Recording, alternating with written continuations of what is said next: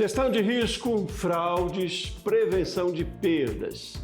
Sobre tudo isso nós vamos falar no Rumo Certo de hoje, sobre as soluções, as estratégias, o que tem disponível no mercado hoje para a segurança nas transações comerciais dentro das empresas, com foco num modelo de garantia chamado de chargeback.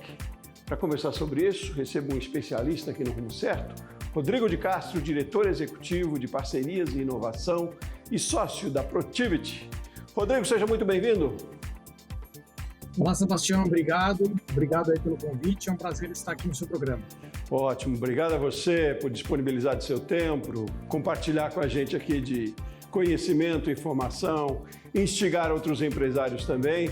E eu queria, antes de entrar na conversa propriamente, conhecer um pouco mais da sua trajetória, sua expertise, Rodrigo, e do trabalho que você desenvolve hoje na Protiviti. Legal. Sebastião, eu tenho 21 anos aí de consultoria em gestão de riscos, me formei na Fundação Getúlio Vargas, na GV. Hoje eu sou diretor executivo de parcerias e inovação na Protiviti e o principal objetivo nosso nessa estrutura é constituir um hub de tecnologias, de soluções digitais, de parceiros de software, para a gente atender os nossos clientes, as empresas brasileiras, com soluções que aportem tecnologia na gestão de riscos das organizações. Como é que é esse cenário hoje, quando a gente fala de riscos, de fraudes, proteção? Como é que a gente está muito vulnerável hoje, Rodrigo? Me dá uma ideia do cenário para depois a gente falar de soluções. Legal. Quando a gente fala principalmente no modelo de comércio eletrônico, né, que é um dos focos de atuação nossa, a gente entende que fraude, ao contrário de alguns outros cenários de gestão de riscos, a fraude e a gestão de riscos no comércio eletrônico ela é fundamental, né? Ela está dentro das empresas ali numa questão central da organização. Por quê? Porque o comércio eletrônico ele é diuturnamente atacado. O comércio eletrônico está 24 horas no ar e ele é 24 horas atacado dentro desse cenário.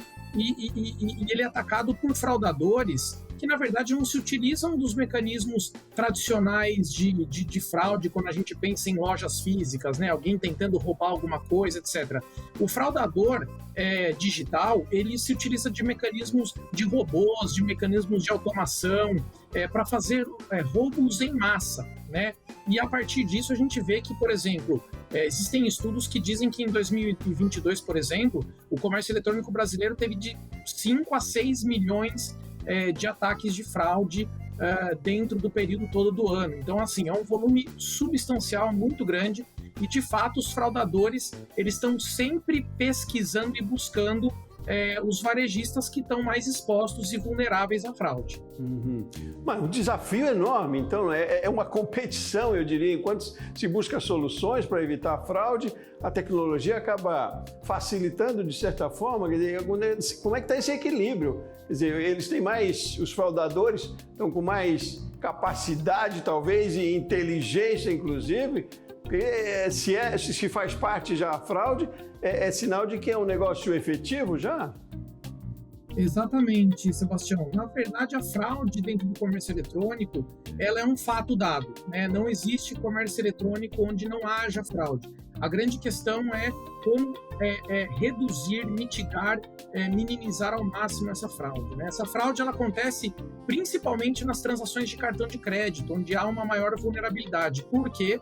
Porque o cartão de crédito ele pode ser clonado, né? As pessoas podem ter acesso a dados de cartão de crédito de pessoas comuns e utilizar esses dados para fazer compras que são fraude, né? E basicamente os fraudadores fazem isso, eles pegam dados de cartão de crédito de pessoas genuínas e eventualmente utilizam. Muitas pessoas, eu, por exemplo, não sei se você, mas muitas pessoas se deparam, por exemplo, com contas no cartão de crédito, compras que não foram executadas por ela, né? Eu já passei por isso inúmeras vezes, infelizmente, e isso basicamente é o que acontece com o fraudador. Ele teve acesso ao seu dado de cartão de crédito de alguma forma e ele executou uma compra no comércio eletrônico e a conta veio para você. Quando é uma compra digital, você solicita ao cartão o estorno dessa compra e este nome é dado como chargeback. E aí, o que acontece? A gente acha que quando a gente solicita o chargeback para a operadora de cartão ou para o banco, essa conta vai para o banco. Não, essa compra vai para o merchant, ela vai para o varejista. Então, no final das contas, o varejista responsável por aquele e-commerce, ele arca com todo o chargeback. Por quê? Porque a responsabilidade dele é basicamente garantir que a compra foi genuína. Né? Então, todas as vezes que fecha um mês, por exemplo, a bandeira do cartão de crédito aponta quais são as compras ali que os clientes não reconheceram, e isso vira um chargeback. A operadora de cartão de crédito não tem responsabilidade, então, sobre isso? A vulnerabilidade também é maior da empresa, da loja, enfim, da empresa que fez a venda? Existem vários pontos de controle, né? O operador do cartão de crédito, a dona da bandeira, basicamente ela checa ali junto com o banco, ela checa se aquele cartão de crédito é válido, é ativo, e checa se há saldo no cartão de crédito para ser utilizado. Mas os gateways de transação, os gateways de pagamento, os subadquirentes, por exemplo, eles são os responsáveis por garantir que não haja fraude. E muitas vezes a bandeira do cartão de crédito, ela tem essa responsabilidade basicamente de garantir que o cartão é operante, é válido, né?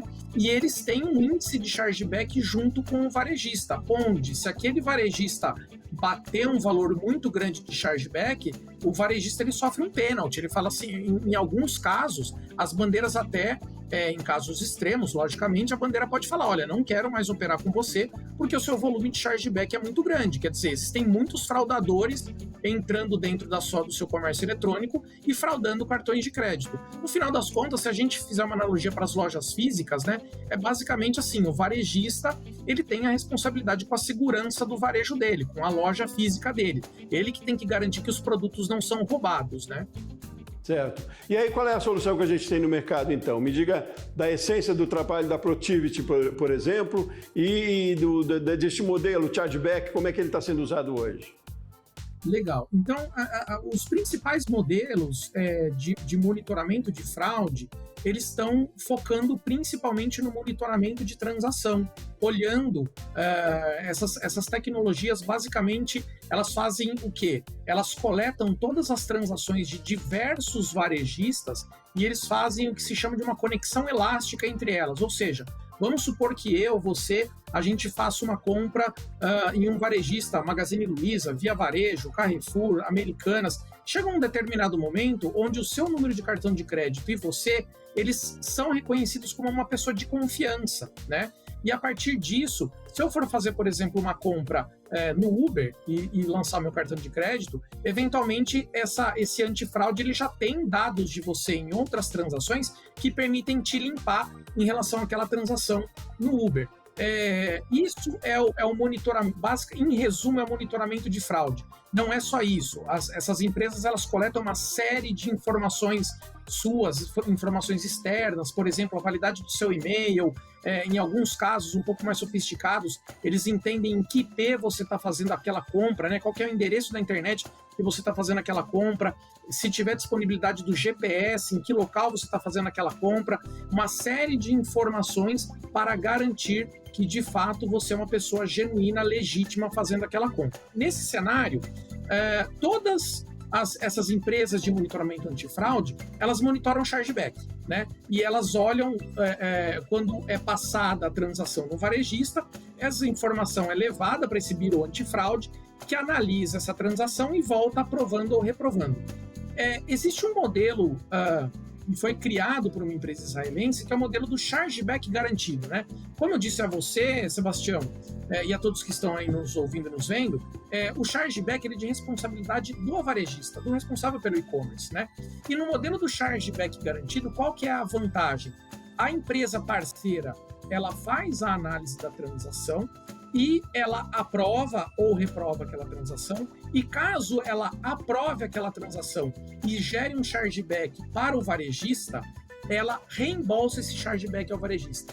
Isso que é bastante interessante nesse modelo é que, de fato, o parceiro de solução antifraude ele se compromete com aquela decisão tomada, né? E aí existe um balanço que diz o seguinte, poxa, quer dizer, se aquele operador, meu parceiro do antifraude, ele se responsabiliza pelo chargeback, Ele vai querer ser conservador, ele vai querer aprovar poucas transações, porque de fato ele não vai querer muito prejuízo para ele. Mas não é assim que ocorre. Por quê?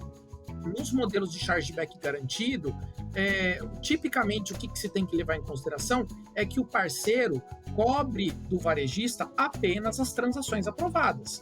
Ou seja, ele só ganha se as transações que ele passarem forem aprovadas. E uma outra forma também de garantir essa aprovação em alguns casos, é a aprovação em contrato, a taxa de aprovação em contrato. Então, no chargeback garantido, se você tem isso junto com o parceiro, ou seja, uma taxa, uma remuneração ao parceiro somente pelas transações aprovadas e uma taxa de aprovação garantida em contrato, aí você tem um balanço perfeito. É o seu parceiro no varejo se responsabilizando pelos chargebacks, se responsabilizando pelo risco e, ao mesmo tempo, sendo remunerado apenas pelas transações aprovadas. Entendi. Não, dá para fazer uma analogia, fiquei imaginando aqui, você vai me dizer se estou certo ou não, com o que as imobiliárias de locação de imóveis fazem, por exemplo, as tradicionais, não imobiliárias de hoje em dia, talvez, mas tradicionais, onde dão um percentual em cima de aluguéis garantidos, mesmo que o inquilino não pague, né?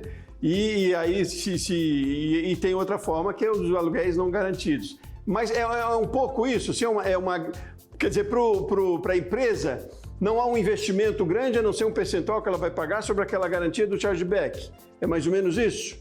Me corrija se não. Perfeito, Sebastião, perfeito. Eu acho que a analogia ela é bem pertinente. Basicamente, quando você faz um modelo de chargeback garantido com um parceiro seu que tope essas condições, quer dizer, eu só cobro sobre as transações aprovadas e eu te garanto uma taxa de aprovação, de fato, ele está garantindo ali que, caso haja o estorno, ou que a gente chama da inadimplência, né?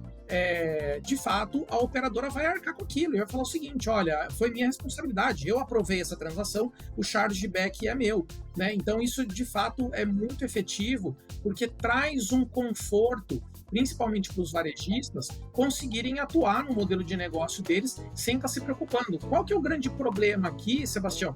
É que muitos varejistas, eles se sentem em alguns momentos tranquilos em relação à sua taxa de chargeback, né? Eles falam o seguinte: olha, eu tenho aqui uma taxa de chargeback de X% em relação à minha venda, só que qual que é o grande problema? Nós, como consultoria, já atuamos em diversos varejistas de grande porte aqui no Brasil e não é raro, na verdade é muito constante acontecer, momentos em que nós somos chamados para dizer o seguinte: sofri um ataque, meu chargeback teve um aumento repentino em determinado momento. Então, o modelo de chargeback garantido, ele justamente protege nesses momentos. Quer dizer, ele fala o seguinte: se você tiver ataques repentinos, fique tranquilo que nosso modelo de chargeback garantido, ele cobre. E aí a gente vai equalizar e regular todos os nossos modelos para que o chargeback se estabilize e volte para uma situação de normalidade. Não, muito bom, instigante. Depois eu quero conversar com você na sequência, a gente vai fazer um intervalo rapidinho, sobre os benefícios, né, de adotar essa tecnologia, de, enfim, adotar uma parceria para que tenha esse chargeback garantido, e também os erros que tem no mercado hoje, né? Eu vi que você apontou num artigo alguns erros muito comuns do chargeback garantido, que não é assim tão simples também. Queria atentar um pouco mais para isso, para a gente levar essa informação para os empreendedores que estejam aqui interessados, talvez, em participar desse sistema. Mas, Rodrigo, vamos fazer um intervalo rapidinho, como eu disse, então, tomar uma aguinha, a gente segue na conversa na sequência, tá bom? Legal. Você de casa também? Acompanha com a gente aqui o Rumo Certo, a gente faz um intervalo rapidinho. Voltamos já já.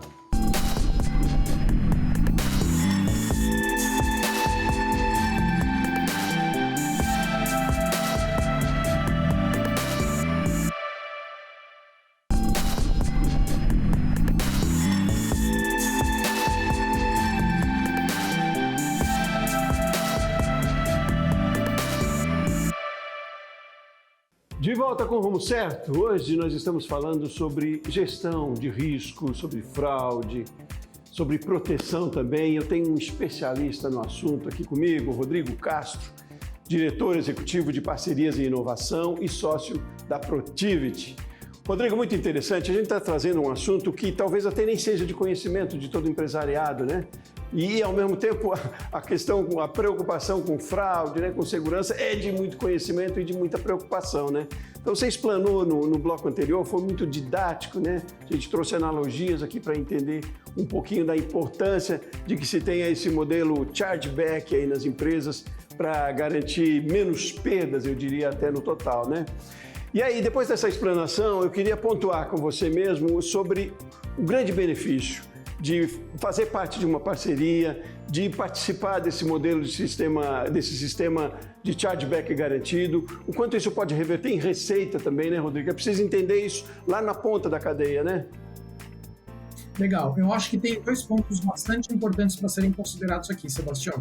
O primeiro é quando você participa quando você tem um parceiro que atua com o modelo de chargeback garantido, resguardadas as seguintes proteções, né? O parceiro sempre recebendo somente sobre as transações aprovadas e tendo ali uma taxa de aprovação em contrato, você tem uma grande vantagem, primeiro, de eliminar esses picos de fraude que acontecem, mas principalmente no modelo de chargeback garantido, a questão é sobre retorno de investimento. Nos modelos tradicionais, geralmente, como que os parceiros de antifraude trabalham? Eles falam o seguinte: eu vou cobrar um valor fixo sobre a sua transação, ou seja, 50 centavos, R$1, R$1,50 por cada transação que você passar comigo, e o chargeback é por sua conta.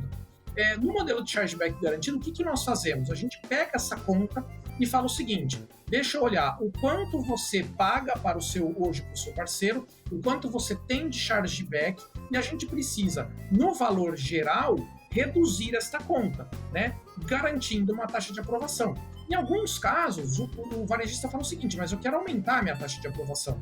E aí a gente também pode atuar por esse lado, falar o seguinte: tudo bem, sua taxa de aprovação é baixa, eu consigo sim aumentar a sua taxa de aprovação e trazer um retorno sobre investimento interessante para ele. Ou seja, esses modelos, eles atuam tanto no lado da receita, maximizando venda, aumentando taxa de aprovação para o varejista, e do lado do custo, reduzindo aí o total do custo de fraude, que é o chargeback, mais os custos aí com o parceiro de negócio. Uhum. Rodrigo, eu li um artigo seu onde enumerava, ele elencava pelo menos 5 erros comuns que você fala no modelo garantido aí de chargeback. Quais são eles? Como é que acontece?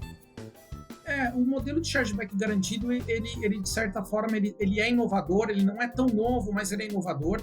Muitos varejistas, eles ficam com o pé atrás nesse modelo porque não entendem, e às vezes, Sebastião, é engraçado que eles acham até bom demais, né? Quer dizer, vamos pensar aqui, em diversas reuniões, quando a gente apresentou o modelo de chargeback garantido, nosso parceiro de negócio, o nosso hub de tecnologias, para você ter uma ideia, eles têm mais de 1.700 clientes operando no mundo, com milhões e milhões de transações sendo avaliadas diariamente, né?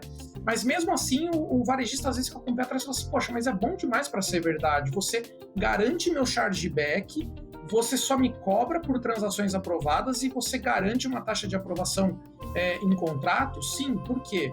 Porque principalmente com o volume de clientes que eles têm hoje em dia e o volume de transações e a robustez dos algoritmos de inteligência artificial, eles de fato conseguem ter essa certeza e cada vez mais essa acuracidade do que eles estão aprovando para o varejista, né? Então, um dos pontos é justamente o varejista estar com esse pé atrás, de falar assim: poxa, eu não conheço muito bem, né? Um outro ponto eventualmente, ele fala o seguinte: pô, mas esse modelo de chargeback é um seguro? Não. O seguro, geralmente, você compra quando você tem uma incerteza, né? Quando eu faço um seguro de carro, por exemplo, um seguro da minha casa, eu tenho uma incerteza porque isso é probabilidade de impacto. Pode acontecer alguma coisa. O chargeback não é probabilidade, ele é fato, ele é materializado, é um problema que acontece em todos os varejistas sempre. Então, quando você faz um modelo de chargeback garantido, você não está fazendo um modelo de seguro, você basicamente está transferindo aquele custo de acordo com as responsabilidades ali de ambas as partes. Uhum. Você sabe que o custo já existe, é isso, né? Não é um seguro porque não é uma possibilidade, já é real, por mais que tenhamos aí ferramentas e tecnologia disponíveis para evitar fraude, né? Mas é já trazer isso para o orçamento, é mais ou menos essa a ideia, né? Exatamente, Sebastião. Acho que um ponto importante que você colocou é trazer para o orçamento. Quer dizer, Quando você coloca o modelo de chargeback garantido e você tem essas amarras importantes, você consegue trazer para o seu orçamento de uma forma muito mais clara o quanto que você vai gastar com o seu modelo de antifraude. E, principalmente, quando você tem um modelo de chargeback garantido, onde os estornos são garantidos pelo seu provedor, a grande vantagem é que você, inclusive, pode arriscar em mercadorias, em mercados onde, eventualmente, são mercados arriscados. Para você ter uma ideia, esse nosso parceiro, que é a Riskified, é uma empresa israelense, hoje capital aberto na Bolsa de Nova York, tem mais de 1.700 clientes aí no mercado, ela atua em mercados altamente arriscados, como, por exemplo, a venda de criptomoedas em cartão de crédito, né? A gente sabe que tem outros mercados altamente arriscados, por exemplo, cupons de prêmio, cupons de benefício que os varejistas dão. Esses cupons, eles são altamente visados pelos fraudadores, porque isso são máquinas de lavar dinheiro, porque a partir do momento que você pega um dinheiro, compra um cupom, você está esquentando um dinheiro que você, por exemplo, pega um cartão de crédito fraudado e você compra um cupom, um vale R$50, por exemplo, numa loja de um varejista,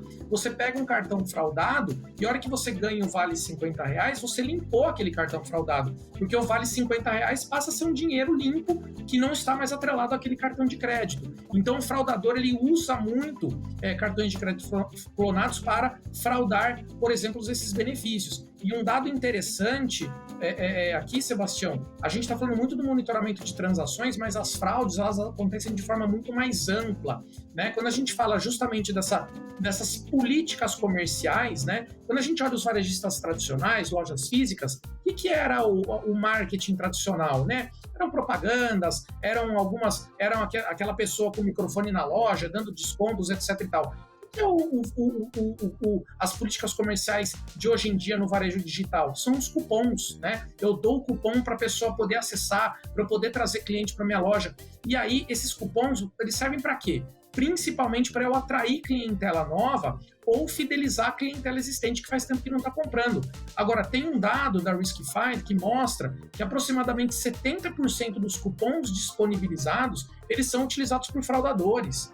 Quer dizer, olha o quanto de dinheiro, de verba de marketing que não está sendo disponibilizada para dar cupom, para fazer cliente entrar, para primeira compra, etc e tal, e aquela verba está simplesmente sendo jogada fora, porque tem um fraudador que está fazendo múltiplas primeiras contas sequenciais. Tem fraudadores, por exemplo, que fazem em um dispositivo de celular, ele tem 100 contas, 150 contas, que ele vai criando primeira conta, ele fala, agora você ganhou um voucher de R$10, de R$15. No final das contas, ele está com R$200 para fazer compras ali dentro daquele varejista. Por quê? Porque ele está fraudando esses cupons ali que deveriam ir para clientes legítimos. Rapaz, você fala, é assustador, né? Se a gente pensar o que tem de profissionalização nesse mercado do mal, eu diria, é impressionante. Mas bom que a gente tenha soluções, eu imagino, com tecnologia cada vez mais. Mas eu pergunto, a viabilidade ou até a democracia para o uso dessa tecnologia, do chargeback garantido, das parcerias, para adotar parcerias, é para todos, Rodrigo? É para que nível de corporação? Até pelo exemplo que vocês têm na Protiviti, por exemplo, uma empresa pequena que esteja aqui nos assistindo hoje, um empresário de um porte menor, que queira também ter essa garantia, talvez lá para o seu trabalho, para o seu produto, para o seu serviço, e-commerce, né? Tem acessibilidade? É viável para todo mundo? Como é que funciona esse mercado? É viável para todo mundo, Sebastião. Empresas maiores, logicamente, têm um pouco mais de recurso para fazer um investimento exclusivo dessa solução para a sua plataforma. Quando a gente pega varejistas, por exemplo, que tem marketplaces, né? São varejistas grandes e que tem ali uma plataforma grande de comércio eletrônico, elas geralmente fazem a parceria com o modelo antifraude dentro da sua plataforma. Comércio eletrônico menor, varejistas de menor porte, geralmente eles estão ali dentro de plataformas que são plataformas centralizadoras ali do e-commerce. E o que pode acontecer? Eventualmente, o que a gente chama do gateway de pagamento, ou seja, o responsável por fazer o processo de pagamento desse e-commerce menor, ele pode sim, por exemplo, contratar uma solução de chargeback garantido da Riskified e trazer essa solução para os seus clientes menores. Quer dizer, um gateway de pagamento, ele contrata essa solução e a partir disso ele disponibiliza esse modelo para os seus clientes menores. Ou seja, o cliente menor não necessariamente contrata, ele está dentro de um portal, ele usa aqueles serviços e a partir do uso daqueles serviços ele pode contratar indiretamente uma solução de chargeback garantido. Sim, que bom, é bom. Agora, Rodrigo, me diga, a gente já vai para o finalzinho quase do programa, mas queria concluir com você sobre futuro. Quando a gente fala de tecnologia, as coisas mudam a cada segundo, a gente está aí com inteligência artificial chamando a atenção e, de certa forma, preocupando até mesmo quem cria inteligência artificial. E aí, o que a gente pode prever do futuro quando a gente fala de cada vez mais prevenção de fraudes, cada vez mais de gestão de risco? Por onde a gente caminha? A gente vai ter mais soluções ou a gente vai ter mais riscos? Dá para prever alguma coisa, se é que é possível? Eu acho que é difícil prever, Sebastião, quem conseguir, é a pergunta de $1 milhão, né? Mas eu vejo que no caso de tecnologias de gestão de riscos, eu vejo a inteligência artificial como uma grande amiga, porque, por exemplo, nesses casos de fraude, sem inteligência artificial seria muito difícil romper esses processos de fraude, porque como você falou no começo do seu programa, é o gato e rato, né? Então, assim, o fraudador ele sempre está descobrindo novos meios de fraudar e essas soluções, elas sempre estão indo atrás na busca de soluções. A inteligência artificial, ela facilita isso porque ela aprende principalmente com esses movimentos anômalos, movimentos anormais. Não precisa um ser humano programar ali um modelo de fraude ou alguma coisa. Ele começa a identificar padrões de comportamento anômalos e consegue barrar aquilo imediatamente antes que a fraude aconteça. Então, nesse cenário, por exemplo, do uso da inteligência artificial para modelos antifraude, para modelos de gestão de riscos, desenvolvimento de cenários, etc. e tal, previsibilidade, eu acho muito positivo, né? Agora, sim, é diferente das discussões que a gente está tendo hoje com a inteligência artificial generativa, que aí é um tópico para outro programa, mas é bem interessante também. Não, mas é interessante, a gente tem que trazer a tecnologia como aliada, né, para ajudar, ela nunca vai substituir, mas é claro que tem pontos muito interessantes, a gente hoje aqui viu isso, né, com bastante clareza. Rodrigo, fico muito feliz dessa conversa com você, aprendi muito hoje aqui e imagino tenha instigado aí, nós tenhamos instigado empresários e empreendedores em casa que queiram também, né, participar desse mercado cada vez com mais segurança, né? Tem que se colocar como pertencente desse mercado, adotar tecnologia, porque é bom para todo mundo, bom para a economia, né? Não é bom só para o indivíduo lá e para a empresa, é para o coletivo mesmo. Rodrigo Castro, muito obrigado pela sua participação aqui com a gente no Rumo Certo, no canal Empreender. Volte outras vezes para a gente conversar muito mais. Obrigado, foi um prazer. Fico aí à disposição de todos. Grande abraço. Muito bem, um grande abraço para você de casa que acompanhou o Rumo Certo de hoje também. Eu volto no próximo programa. Até mais.